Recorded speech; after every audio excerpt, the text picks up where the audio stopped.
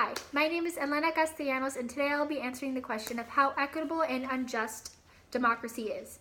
Today I'll be focusing on democratic countries and American practices. So I'll be focusing on both equitable and unjust parts of their democracy. So first we're going to talk about democratic countries, and an example of an equitable democratic country would be Uruguay, because it is creating legislation that is equitable for its people. This legislation reflects the needs and the wants of the Uruguayan people, and this can be seen in a New York Times article by Yuki Goni, in which the reporter says, Uruguay has become only the second country in Latin America besides Cuba to legalize abortion. 3 years ago, Uruguay became the first country in the world to legalize the sale of marijuana. This shows that Uruguay is taking steps to make their republic more equitable, because they're creating equal opportunities for all of their citizens. This can also be seen in the fact that they have increased their voter participation rates, and this again, and it's been reported in many articles, that their people have faith in their government, and they believe that their government is the way to create change. And this shows that they're taking steps in creating a more equitable nation, because people feel that it is both fair and inclusive. However, not all democracies are equitable, and this can be seen in democracies in the Middle East, such as Libya and Egypt. And one factor that hinders the progress of their democracies is the fact that they do not separate church and state. Both countries call themselves Islamic states, and with that comes Sharia law, which oppresses and marginalizes women in their countries, especially women who accuse the men who have raped them, if they have been raped. These women are subject to stoning and honor killing, and this can be highlighted in an article from the Huffington Post by Peter Worthington, where it says, for women, Sharia law is harsh. And not just because of genital mutilation, women are officially inferior. They are even blamed when they are raped. At extreme levels, Sharia imposes punishments that are barbaric and intolerable in civilized countries like honor killings.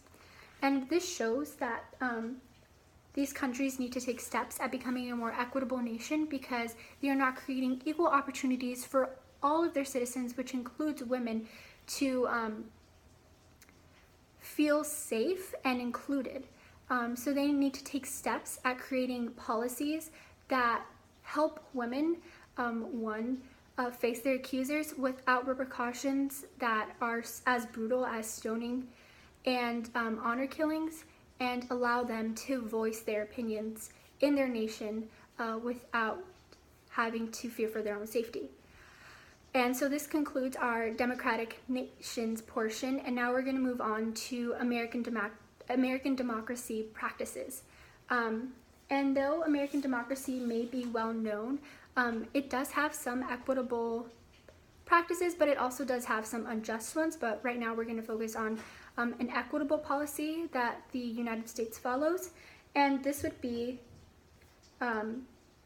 judicial activism. And judicial activism is an equitable practice because it allows for Supreme Court justices to interpret the Constitution as a living document. So they are allowed to kind of mold the Constitution into something that works for their times.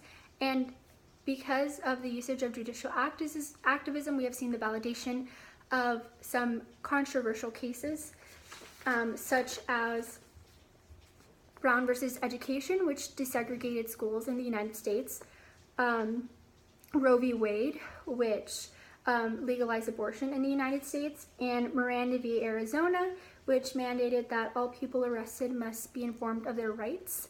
And these cases were controversial at the time. However, they did create advancements in social policy that we would not have seen without the validation of these cases.